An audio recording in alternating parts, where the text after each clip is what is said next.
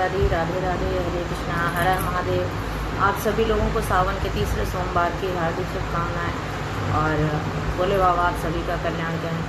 सभी का गाइस एक नए वीडियो में फिर से बहुत बहुत स्वागत है गाइस। आज का भी कोई ब्लॉग नहीं है, इसमें कोई रूटीन लाइफ शेयर नहीं कर रहे हैं। आज के वीडियो में मैं गाइस बात करने वाली हूँ। मैंने अभी एक वीडियो अपलोड किया अनिरुद्धाचार्य जी महाराज के ऊपर और उन्हीं का मैं ये पार्ट 2 से आप लोगों के साथ शेयर करने वाली हूँ। तो गाइस बातों को ध्यान से सुनिएगा और उसके बाद में कमेंट करिएगा, क्योंकि मैं कभी किसी के समर्थन में वीडियो नहीं बनाती, विवादित मुद्दों पर वीडियो नहीं बनाती। आज मुझे पहली बार कुछ लगा सच बोलने के लिए, तो मैंने कोशिश की है अपने शब्दों को आपके साथ शेयर करने की। तो प्लीज़ हमारे वीडियो को ज़्यादा से ज़्यादा शेयर कर दीजिएगा, क्योंकि गाइस आप सभी लोगों को पता है अनिरुद्धाचार्य जी महाराज का जो सोशल मीडिया पर बयान है काफ़ी ज़्यादा वायरल हो गया। उसकी वजह से वो बुरी तरीके से फंस गए हैं। काफ़ी महिलाएं उनका विरोध कर रही हैं, तो बहुत सारी ब्रज की महिलाएं भी उनके पक्ष में उतर पड़ी हैं। क्योंकि और गाइस मैं आप लोगों से एक बात और कहना चाहूँगी, क्योंकि मैंने अक्सर श्रीमद् भागवत कथा का पाठ होता है तो मैं सुनने जाती हूँ, और जहाँ कहीं भी सुनने जाती हूँ तो मैंने अक्सर इस चीज़ को नोट किया है। महिलाओं के ऊपर तीखे व्यंग होते रहते हैं और कुछ बातें ऐसी बोली जाती हैं वो कहीं ना कहीं 100% राइट भी होती हैं। कहीं ना कहीं महिलाएं ही उन पर जब वो व्यंग किए जाते हैं तो मैंने देखा है कि महिलाएं ही उन पर सबसे ज़्यादा जम के तालियां बजाती हैं, क्योंकि महिलाओं को ऐसी बातें पसंद आती हैं। जो प्रवचन है वो महिलाओं के ऊपर ही दिए जाते हैं। कहीं भी भागवत कथा में चले जाओ, चाहे आप प्रदीप मिश्रा जी की कथा सुन लीजिए, चाहे प्रेमानंद गुरुदेव जी की कथा सुनिए, चाहे अनिरुद्धाचार्य जी महाराज की कथा सुनिए, चाहे किसी की भी कथा सुनिए, कहीं पर भी प्रवचन जो दिए जाते हैं वो सिर्फ महिलाओं को दिए जाते हैं। ये कट्टु सत्य है। और उसी के साथ में ये चीज़ भी है, सबसे ज़्यादा पांडाल में बैठकर तालियां बजाने वाली महिलाएं ही होती हैं उन प्रवचनों को सुनकर। और क्योंकि जेंट्स लोग जो होते हैं वो श्रीमद् भागवत कथा सुनते हैं और इन सब चीज़ों को लाइक नहीं करते, ये चीज़ होती है। और महिलाएं जो हैं, महिलाएं उनसे सीखती हैं, कुछ चीज़ें अपने जीवन में उतारती भी हैं आगे बढ़ने के लिए। बहुत सारी चीज़ें ऐसी होती हैं उनको लगता है कि हाँ ऐसा नहीं करना चाहिए, गलत होता है, ऐसा नहीं करना चाहिए, तो वो अपने जीवन में सुधार लाती हैं, ऐसी बात नहीं है। तो ये संतों की वाणी से ही कटु वचन निकलते हैं, हमारे भले के लिए भी निकलते हैं, ऐसी बात नहीं है। बहुत सारी बातें इनकी सत्य भी होती हैं। पुरुषों के ऊपर किसी प्रकार के प्रवचन क्यों नहीं दिए जाते? इसलिए नहीं दिए जाते क्योंकि पुरुष जो है श्रीमद् भागवत कथा सुनते हैं पर उनकी बताई हुई चीज़ों को फॉलो नहीं करते हैं। उन्हें ज़्यादा इंटरेस्ट नहीं होती इस चीज़ में। महिलाओं को बहुत ज़्यादा इंटरेस्ट रहती है कि हाँ गुरु जी ने ये बताया तो हमको ऐसा करना चाहिए। ऐसी मूर्ख महिलाएं हैं, मैं कह नहीं सकती हूँ। मैं खुद महिला हूँ और महिला होकर भी मैं इस चीज़ का विरोध करती हूँ। मुझे बहुत ज़्यादा बुरा लगता है। आप किसी की भी बागेश्वर धाम सरकार जी हैं, न्यू एज के हैं, तो वो अच्छे हैं, उनका विचार अच्छा है, पर मैंने देखा है कि बहुत सारी महिलाएं अलग नज़रिए से जाती हैं, तो इसमें उनका संत महात्माओं का कोई दोष नहीं है। क्योंकि महिलाएं खुद अपने पति का जो है, पति का, पिता की, भाई की आज्ञा का पालन नहीं करती, पर गुरुदेव की आज्ञा का पालन करती हैं। तो इसमें महिलाएं स्वयं दोषी हैं। किसी संत महात्मा का कोई किसी प्रकार का इसमें रोल नहीं होता है। महिलाएं स्वयं इस चीज़ के लिए दोषी हैं। अपनी छोटी छोटी समस्याओं का हल करवाने के लिए गुरुजी के पास पहुंच जाती हैं। आप देखिए कितने ज़्यादा वीडियो वायरल हो रहे हैं अपने पतियों की बुराई कर। अनिरुद्धाचार्य जी महाराज हैं, उनके वीडियो में मैंने अक्सर महिलाओं को ऐसे देखा है। कॉमेडी वीडियो बनते हैं सभी लोग, आप लोग जानते हो एडिट करके कैसे फनी वीडियो बनाए जाते हैं, बहुत ज़्यादा शेयर भी होते हैं, सोशल मीडिया पर खूब वायरल होते हैं। आप लोग देखते हैं सभी लोग, मैं भी इंजॉय करती हूँ, पर मैं देखती हूँ उसमें उनका कोई दोष नहीं है। महिलाएं खुद अपने घर की समस्याओं का समाधान घर में नहीं कर पाती हैं। अपने पतियों की, अपनी सास ससुर की, अपने माता पिता की बुराई करने के लिए पांडाल में पहुँच जाती हैं। लाखों की भीड़ जहाँ पहले से ऑलरेडी जमा होती है और उसके बाद सोशल मीडिया पर उनके वीडियो जम के वायरल होते हैं, तो ये गलत चीज़ है। महिलाएँ इसमें स्वयं दोषी हैं।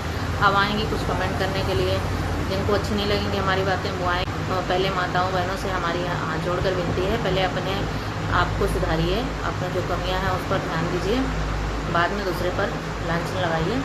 उन महिलाओं से मैं हाथ जोड़कर एक ही विनती करूंगी, अपनी समस्याओं का समाधान अपने घर में करिए। अगर आप अपने पति, अपने भाई, अपने पिता और अपने सास ससुर के साथ बैठकर समस्या का समाधान नहीं कर सकते तो सोशल मीडिया पर ऑन कैमरा जो आप लोग बोलते हो वो चीज़ें गलत हैं। सारा समाज देखता है, सारे लोग देखते हैं, फिर आप लोग अपने घर में जाकर उनसे, अपने पेरेंट्स से, अपने सास ससुर से कैसे नज़र मिला लेते हो? इस चीज़ को मैं सोचती हूँ तो मुझे बहुत ज़्यादा अजीब लगता है। तो मैं यही कहूँगी, अपने घर की बातें अपने घर में सॉल्व कीजिए। आप श्रीमद् भागवत कथा सुनने जाते हैं तो आप लोग कथा सुनिए, और उसके बाद जो है फालतू की बकवास, जो फालतू की बातें जो होती हैं वो संत महात्माओं के साथ शेयर नहीं करनी चाहिए।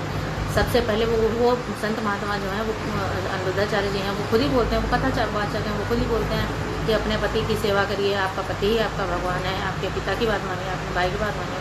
पर महिलाएं तो सुनना ही नहीं है। मैं खुद अपनी इज्जत का कचरा करवाना है बीच पंडाल में जाकर, वहाँ जाकर पूछेंगी गुरुजी से तो 100 लोग हंसेंगे, तब उनका अपनी वीडियो बनेगा, वीडियो होकर सोशल मीडिया पर आएगा।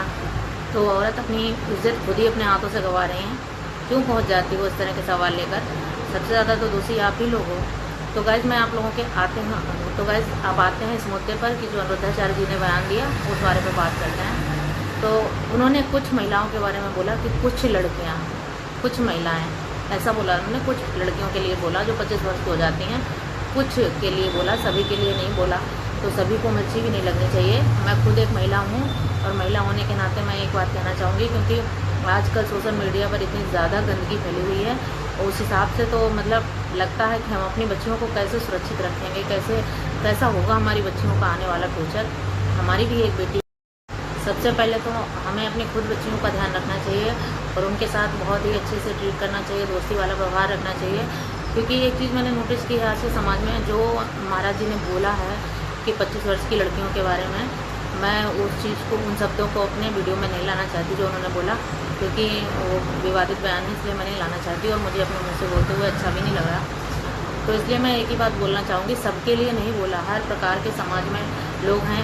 पहले सिर्फ लड़कों तक बातें होती थी, अब तो लड़कियां भी उसमें इन्वॉल्व हैं, तो वो चीज़ है। तो इस वजह से मैं आप लोगों से एक बात कहना चाहूँगी कि सबसे पहले जो है अपने बच्चों को अच्छे संस्कार दीजिए। कई बार ऐसा होता है माता पिता अच्छे संस्कार देते हैं अपने बच्चों को, ऐसा नहीं होता है, लेकिन कुछ हालात, कुछ परिस्थितियाँ ऐसी बन जाती हैं कि जिनके चलते जो बच्चों को गलत कदम उठाने पड़ते हैं। तो ऐसे माहौल में, ऐसे में क्या चाहिए, माता पिता को अपने बच्चों को समझो, उनकी सिचुएशन को समझो, वो क्या चाहते हैं उसको फील करो।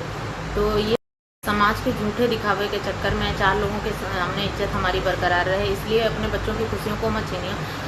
और एक चीज़ मैं और बोलना चाहूँगी, जो महाराज जी ने अभी का विवादित बयान है वो कहीं ना कहीं उस चीज़ से रिलेटेड है।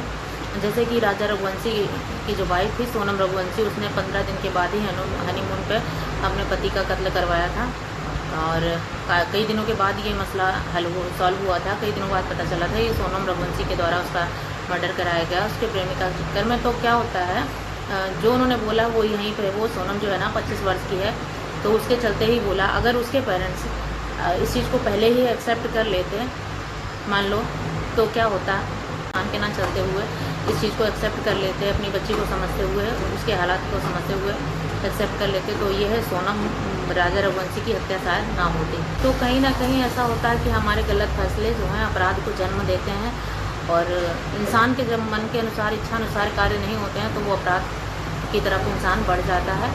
तो ऐसे में ये सब खून खराबा होता है, ये सब चीज़ें भी बहुत गलत हैं। आप देखिए मुस्कान वाला केस जो था, मुस्कान राजपूत, उसने भी अपने पति का मर्डर करवाया था। वैसे महिलाएं बहुत ही ज़्यादा, मतलब पहले ऐसा नहीं था, लेकिन इस समय जो है सोशल मीडिया पर मैं देखती हूँ आए दिन कोई ना कोई महिला अपने पति की हत्या करवा ही देती है। वो सोशल मीडिया पर वीडियो आ जाते हैं, कोई अपने पति की करवा देती है तो कोई पूरे घर वालों की हत्या करवा देती है। पहले भी होता था ऐसा, पर सोशल मीडिया नहीं था तो इतना ज़्यादा वायरल नहीं होता था। आजकल तो सारी चीज़ें सोशल मीडिया पर वायरल हो जाती हैं। तो ऐसी घटनाएं जो हैं अपराध को जन्म देती हैं। इसीलिए जो है कोई भी हो, जब हम अपनी लाइफ में पहले से ही माइंड सेट करके बैठते हैं कि मुझे ये वाला इंसान नहीं पसंद है, मुझे लाइफ में इसके साथ आगे बढ़ना है। आजकल लड़के लड़कियों के साथ, सभी लोगों के साथ ऐसी ही घटनाएं घटित हो रही हैं।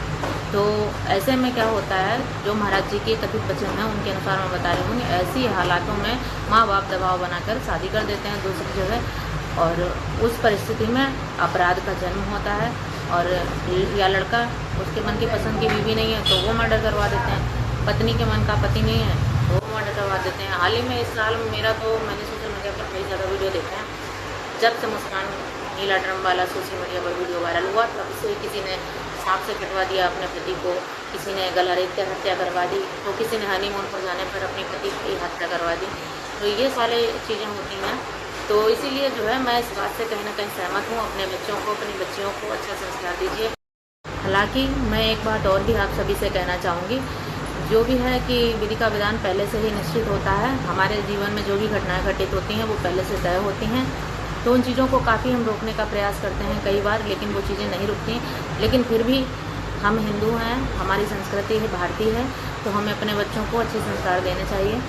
और उसके बाद जो भी मत में लिखा होगा वो होता है, उसको तो कोई भी मिटा नहीं सकता, लेकिन हम अपनी तरफ से अपने बच्चों को अच्छे संस्कार दें, उनकी भावनाओं को समझें। और पहले शुरुआत ऐसी करें कि वो गलत रास्ते पर ही ना जाएं, लेकिन फिर भी अगर गलत रास्ते पर चले जाते हैं तो पूरा प्रयास करें उसको सुधारने का। तो प्लीज़ आप लोगों को हमारी बातें अच्छी लगी हों तो प्लीज़ मेरे वीडियो को ज़्यादा से ज़्यादा शेयर कर दीजिएगा फैमिली दोस्तों में। और अगर आप लोगों को पसंद आएगा तो बहुत सारे विचार हमारे पास ऐसे हैं जिनको मैं आपके साथ साझा करूँगी।